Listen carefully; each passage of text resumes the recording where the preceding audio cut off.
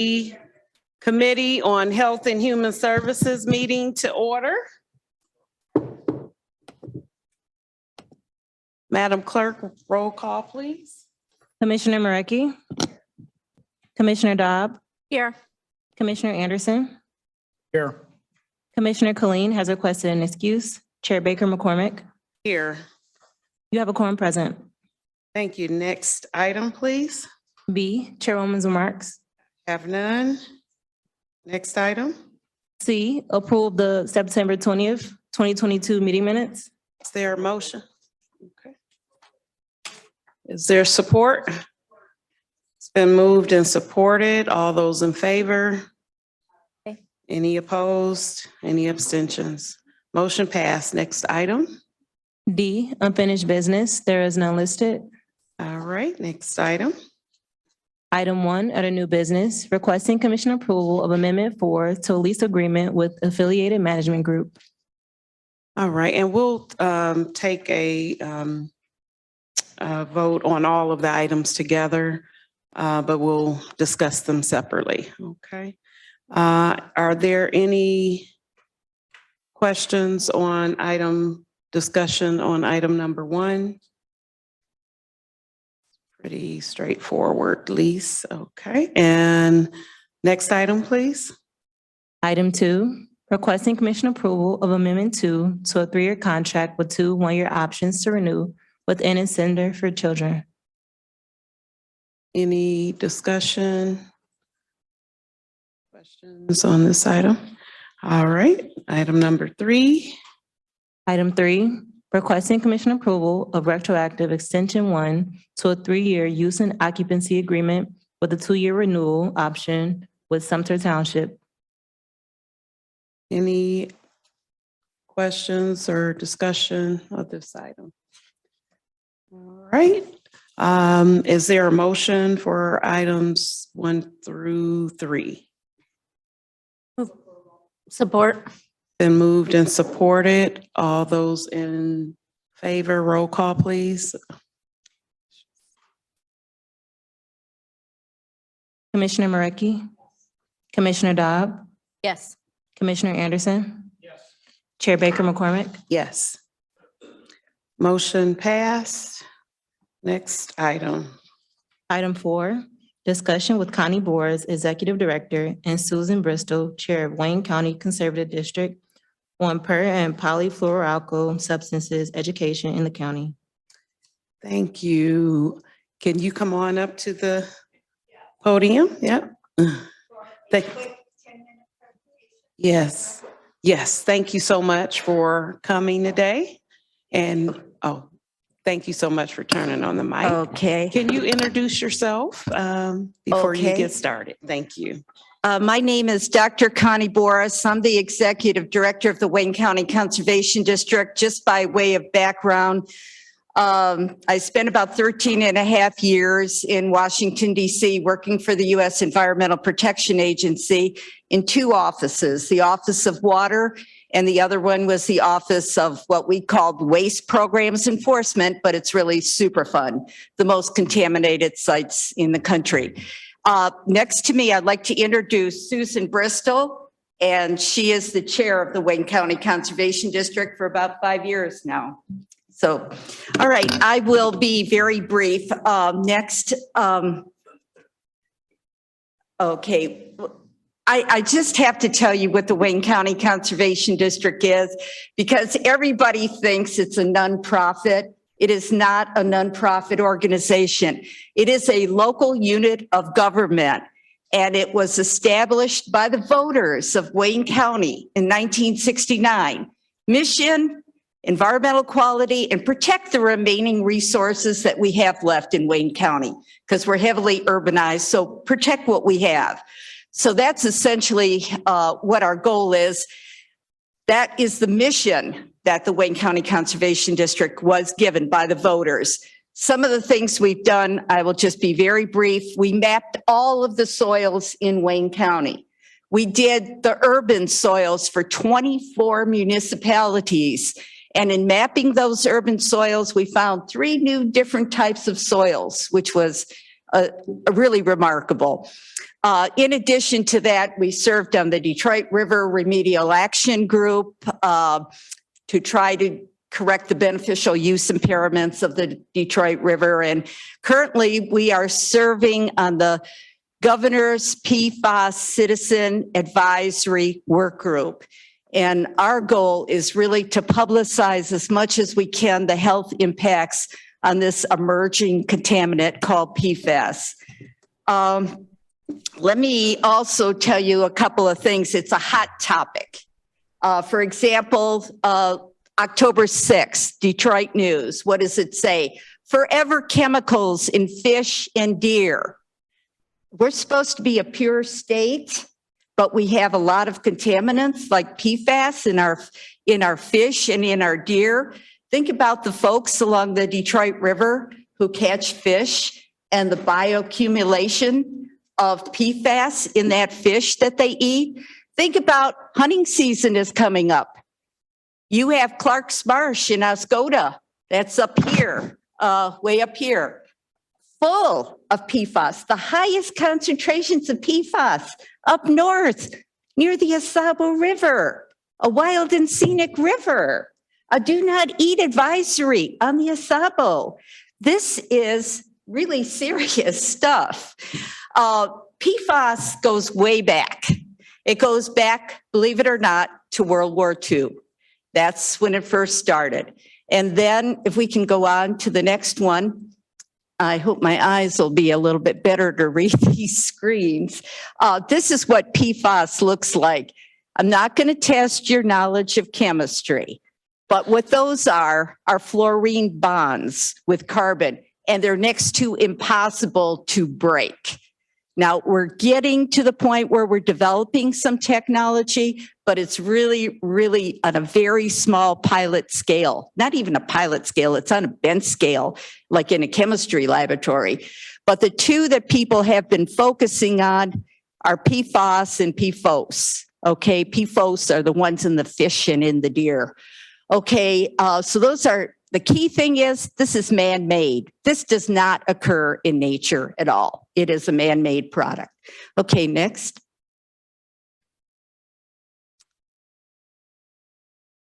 Okay, how many compounds there are? You'd be amazed how many PFAS compounds there are.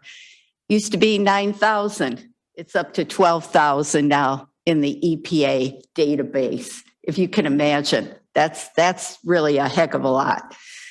Okay, so what's been going on in the news? Well, I mentioned this PFAS thing. The other big thing is in the Detroit News. This was September 29th. The AG is filed suit, 43 pages, complaint against Keeler Brass. It manufactured brass handles for your furniture. Well, they're leaving a real mess of PFAS in the Grand Rapids area. There's at least 9 identified sites, and Keeler Brass is basically saying, adios, we're leaving Michigan. We're going to go back to California. We'll leave the bad stuff with you guys. So she is suing them to make them pay. But first, before you can make them pay, you have to be sure that EPA, in its suggestion of allowing both PFAS and PFOS to be designated as hazardous substances, is finally done. If that is not done, you're not going to be able to get them. So you have to have what they call CERCLA, or the Superfund Act has to name these two constituents as a hazardous substance. Okay, and then we will go on to the next one. Yeah, we pretty much discussed this one already. Okay, good. Let's go on to the next one. Let me just give you a quick historical perspective, because it's really interesting how history repeats itself. What happened way back in the 60s through the 80s, DuPont and 3M were actually doing tests on their own workers to see what the PFAS concentration was doing to their bodies. But you know what? They kept it a secret. They never let EPA know. They never let any state know. So they kept that silent. In one case, they took pregnant women workers off the Teflon coating line to see, because some of these were pregnant. One of the pregnant woman gave birth to a very deformed baby, one eye and one nostril in the nose. So they said, well, that isn't such a bad thing. Let's put the women back on the Teflon line. But what we are seeing is that there is developmental impacts on children. And the hardest hit of any age group is actually the babies. You really wouldn't think that, but they have the smallest body mass. They bioaccumulate it because the most sensitive population is childbearing women. And they will pass that on in their breast milk to the children. And the children, the bad thing about this is it doesn't stop with one generation, as I was mentioning. It will, the impacts of PFAS in your body will go on to the next generation and the next generation. So that's very similar to something that we had way back in 1973. I can tell by looking around the room that most of you are probably too young to remember the PBB issue. The PBB issue, that was when they mixed a fire retardant into cattle feed. And they fed this to the cows. And those dairy cows suffered a grueling, agonizing death. Their calves were deformed. That was PBB. And do you know what PBB is? It's a fire retardant.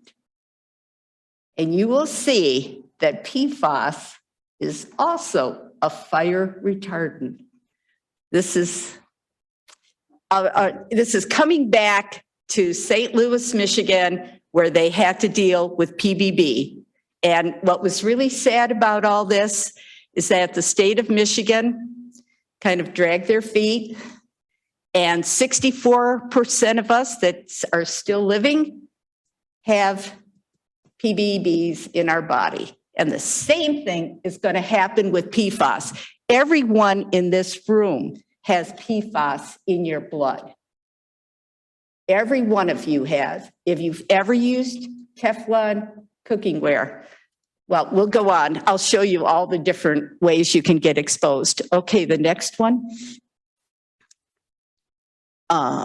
This next one is when I pretty much, the whole thing with PBB way back when was completely avoidable. You know what happened here? They ran out of bags. So they used the cattle feed bags to put in the fire retardant.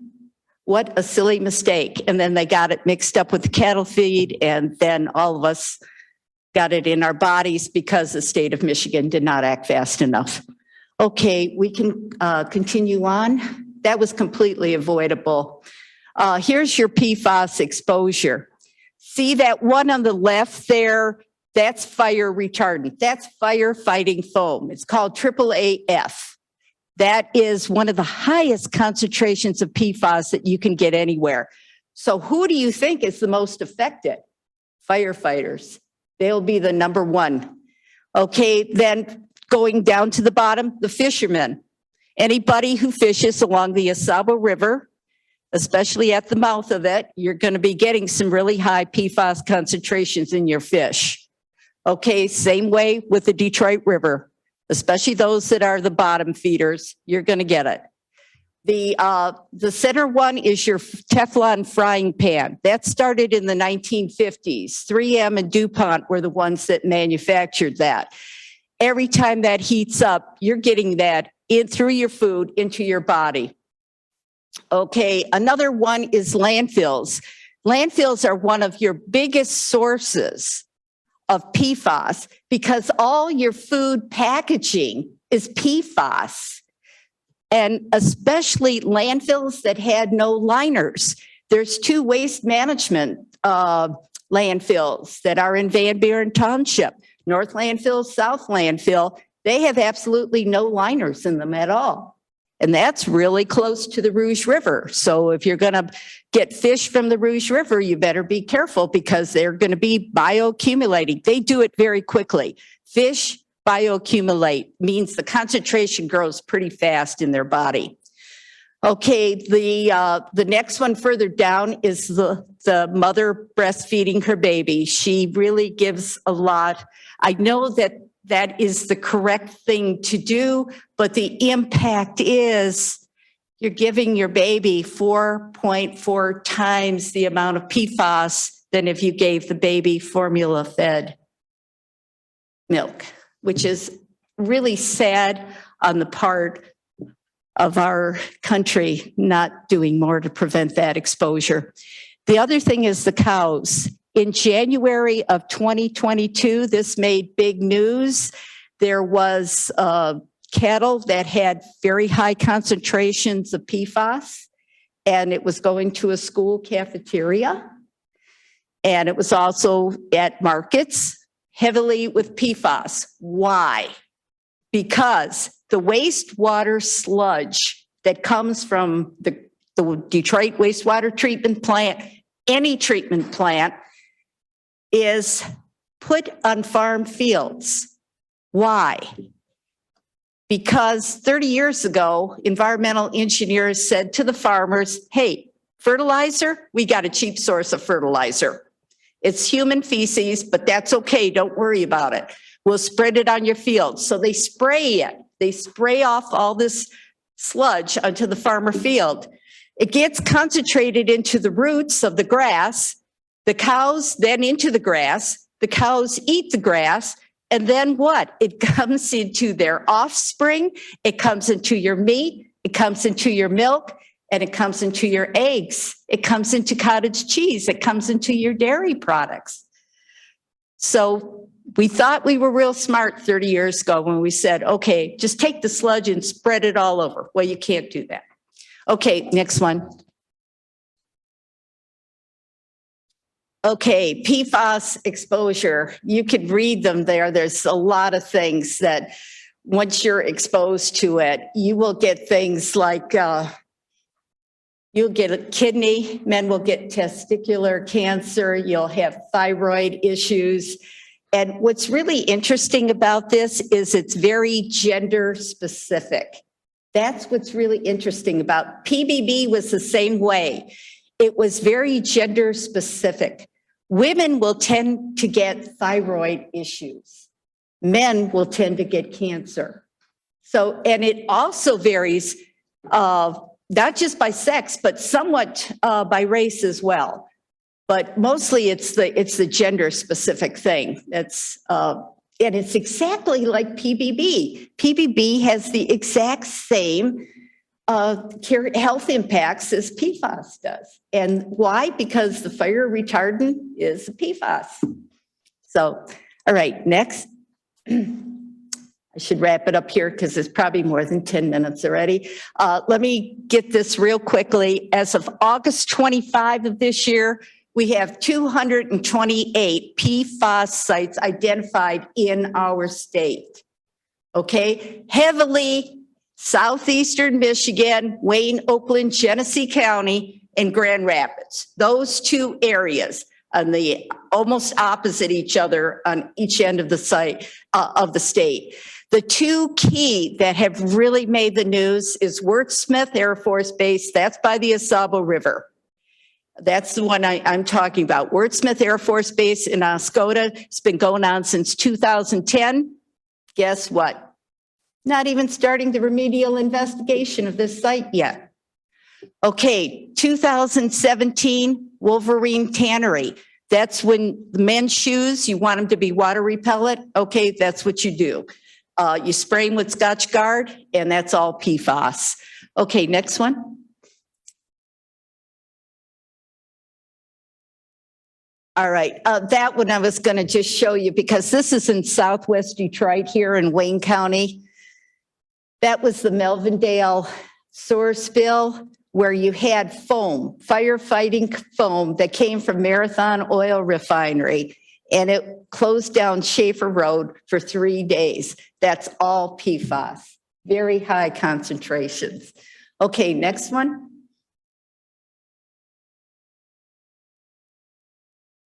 Okay, here's the ones that are identified sites. Now, this is what you need to focus in on. For Southwest Detroit, we have the Marathon Oil Refinery. We have the Rouge Manufacturing Complex, the Gordie Howe Bridge, and can't really see them that well.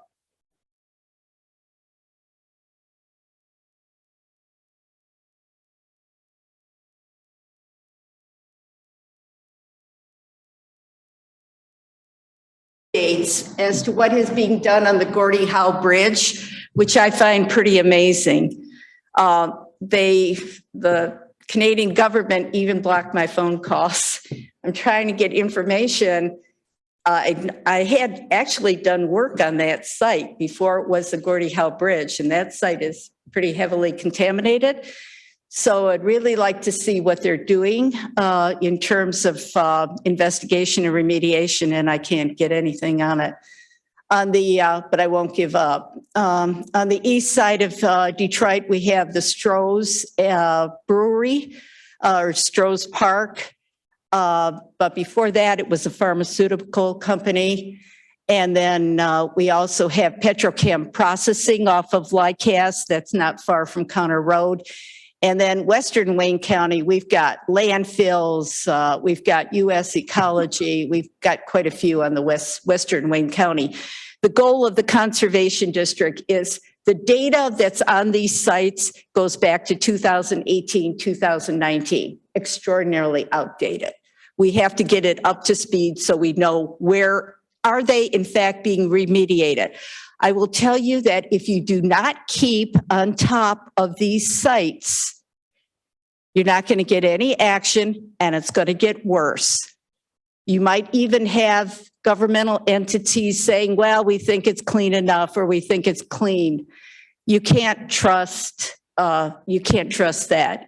There has to be citizens advisory work groups to really keep on top of these things. That's key. If you leave it just to the government, you may not get a good result. Okay, next. Okay, where is PFAS found? Look at all the places that it's found. Building and construction and food and your cookware and on and on and on. It's like in everything. Okay, next slide.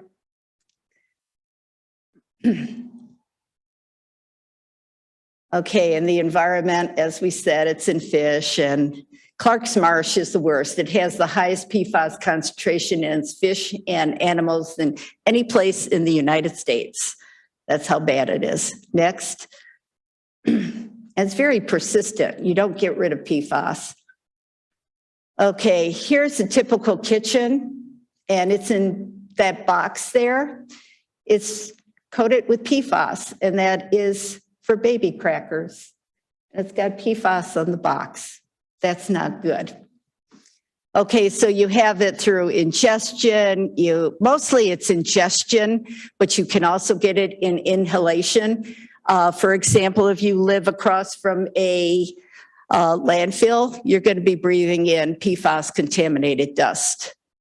Okay, inhalation is another route. Okay, direct contact, that's why they tell you when you're by the shore and you see foam, please don't have your children touch it because it will be very high in PFAS.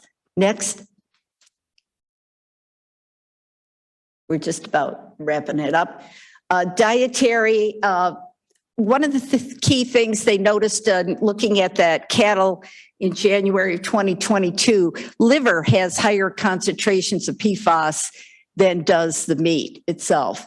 But you'll get it in all the other products, just like a woman transfers PFAS to the baby, so do the animals in the eggs, milk, cheese, butter. And your root vegetables concentrate more of the longer chain, which is the worst type of PFAS, than do the leafy vegetables. So if you like a lot of carrots, you're going to be getting, if it's in bad soil, a lot of PFAS. Next. Okay, that was the example I had talked about in January of 2022, so we can just go past that one. But it was interesting because the cows, it's the same situation with the PBB. The cows were dying and the cows were giving birth to deformed calves. Okay, next. Okay, this is what we also talked about. There was a 1-year study and a 5-year study, and it ranges between 95 and 98% of all of the US population have PFAS in their blood. So we pretty much all got it in our blood. Okay, and then with the infant breast milk, they've discovered that a woman that breastfeeds her baby 4.4 times higher than infant. Next one. This is one you probably wouldn't have anticipated. This study was brand new and recent. School uniforms, 65% of all of them have PFAS. It breaks off. The child can ingest it through inhalation, and the child can, anything that's stain resistant, weather resistant, whatever, whenever it says resistant, don't buy the clothes. Just don't buy it. Okay, next one. And this should just about, any questions? Our goal is to try to, spread the word out. We've already given 3 workshops, Southwest Detroit and other places. Thank you so much for that valuable information. I didn't realize PFAS was in all of the various products that you discussed. So what is it that we can do? I think the thing that would be really of most help for us, if we could continue to work with the Department of Health and Human Services, I think we've got to come up with a couple of things. We've got to continue education. In our first workshop in Southwest Detroit, most people have no idea what PFAS is or but once they heard about it, they really want to know, what do I do to help my family? And on November 9th, we're going to be giving a big presentation with Wurtsmith Air Force Base. The fellow that headed that up is an attorney from Bloomfield Hills because his family had a cabin on Van Nitten Lake right near Wurtsmith Air Force Base. He will be there. And Sandy Winstelt, who is the one who, see how it's individual people that are really the motivators behind PFAS?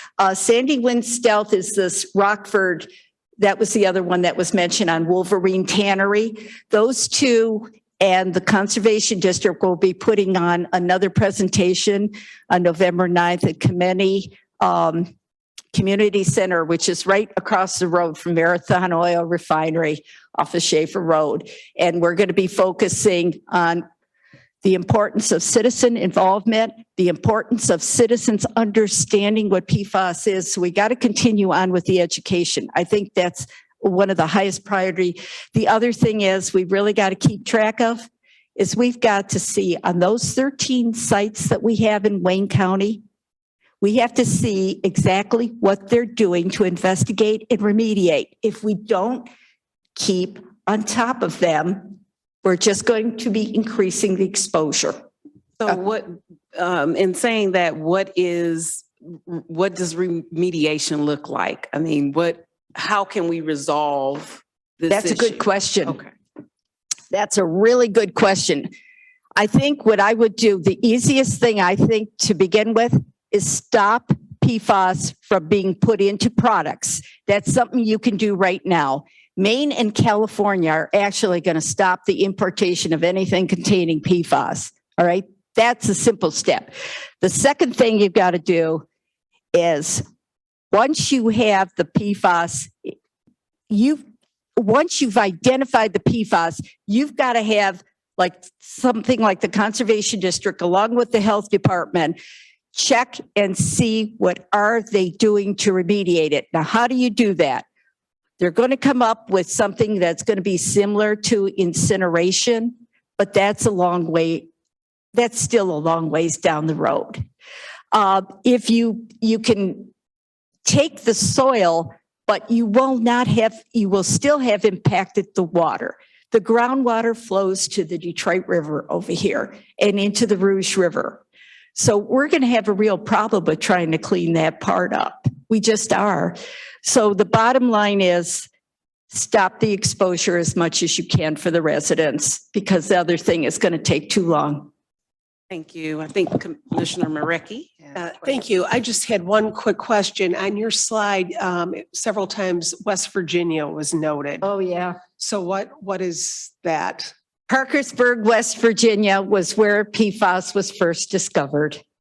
DuPont had an outfall on a little creek called Dry Run. And a farmer in 1998, he had 190 dairy cows die. He's a farmer. He depends on his dairy. He loses 190 cows. His cattle die just like with St. Louis, Michigan, cruel deaths, agonizing deaths. The offspring was deformed. He went to Cincinnati, Ohio, because his grandmother knew an attorney in Cincinnati. Robert Bilott was his name. And he, after 20 years, finally got a settlement and pointed the finger to DuPont, and DuPont had to clean it up, but it is not entirely cleaned up. Wildlife are still dying. It's just a really hard. In fact, in all my work that I've done on investigations and remediations, I have not found any contaminant as bad as this one. Even though, like, for example, PCBs, we had cleaned them up, we thought we had, they're still around 50 years later, even though Congress outlawed them, we're still here. We'll have the same issue. So all we can do is reduce exposure, as much education, and then keeping on top of them. You know, just like the AG suing Keeler Blast. You got to keep on top of them. Thank you. Okay. Thank you. Any other questions? No. All right. Well, thank you again Welcome. for Thank that you. valuable information. All right. All right, Madam Clerk, next item, please. F, such other matters as may be properly submitted before the committee.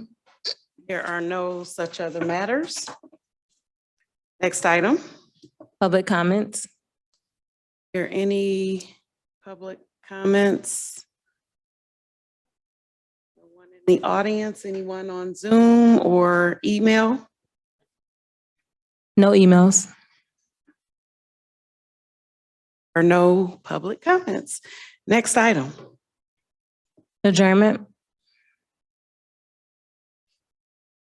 We are now adjourned. Thank you.